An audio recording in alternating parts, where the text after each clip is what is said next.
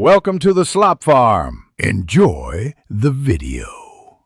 You already have the essentials, a Google account and the Classroom app installed.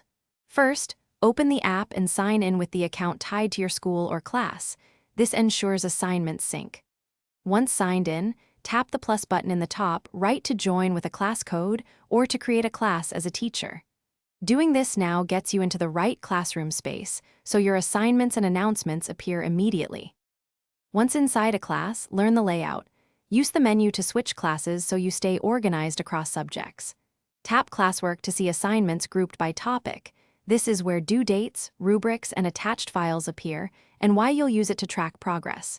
Use the stream for announcements and quick questions. It's chronological and helps you catch time-sensitive updates. Make sure to tap Attachments to preview or download. And to finish, open an assignment, attach your file or photo, add a comment if needed, then tap Turn in to submit. This creates a time-stamped record.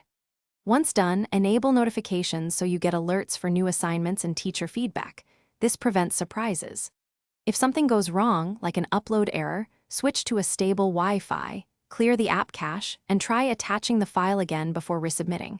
This fixes most issues without losing your work.